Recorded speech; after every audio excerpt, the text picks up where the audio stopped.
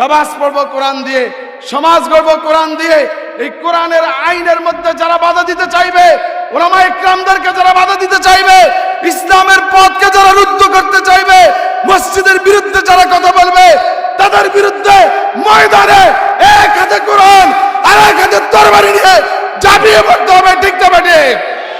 কোন মুসলমান ইহুদি খ্রিস্টানদের কোন ষড়যন্ত্রের নিচে নিজের মাথাকে কখনো নত করবে না। ঠিক না বেঠিক?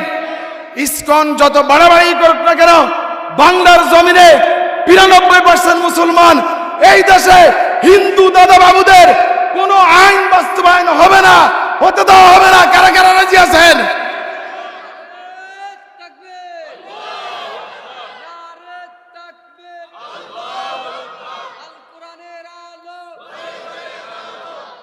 আমার ভাইয়েরা, আজকে মুসলমানদেরকে প্রশ্নবিদ্ধ করার জন্য তারা মুসলমান সেজে মুসলমানের মেয়েদেরকে, মুসলমানের সম্পদ ঈমানকে নষ্ট করার জন্য আজকে তারা উঠে পড়ে লেগেছে।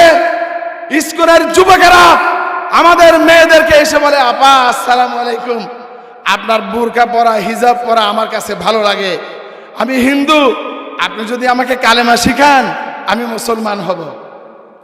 বেটা, মুসলমানের মেয়ে, তোর যদি ঈমান থাকে তুই বলবি যে আমার মসজিদের ইমাম সাহেব, আমার মাদ্রাসার প্রিন্সিপাল মুতামিম সাহেব, ওরা ঈমানের ফেরিওয়ালা, ওদের কাছে যা।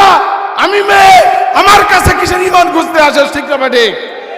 কিন্তু মুসলমানদেরকে এই দুর্বল পয়েন্টে আঘাত করে আজকে মুসলমানদেরকে প্রেমের নামে আবদ্ধ করে, তাদের ইজ্জত লুণ্ঠন করে, ভিডিও করে মুসলমানের চরিত্র হনন করতেছে। ঠিক না বেঠিক?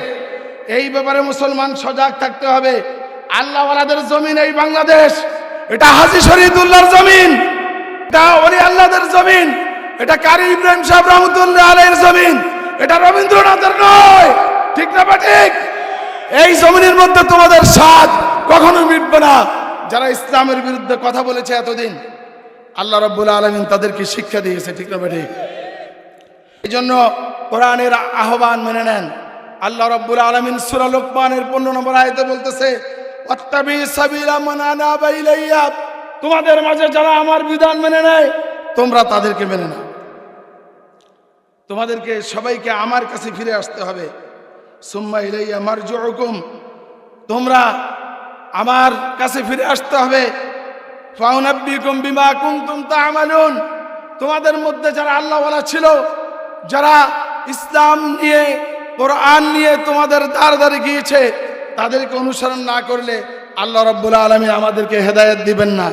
সুতরাং হেদায়েত পেতে হলে আল্লাহ তাআলার উপর ঈমান, রাসূল সাল্লাল্লাহু আলাইহি সাল্লামের পূর্ণ আনুগত্য, সুন্নাহ এবং আল্লাহওয়ালাদের সাথে আমাদেরকে থাকতে হবে। ঠিক না বেঠিক?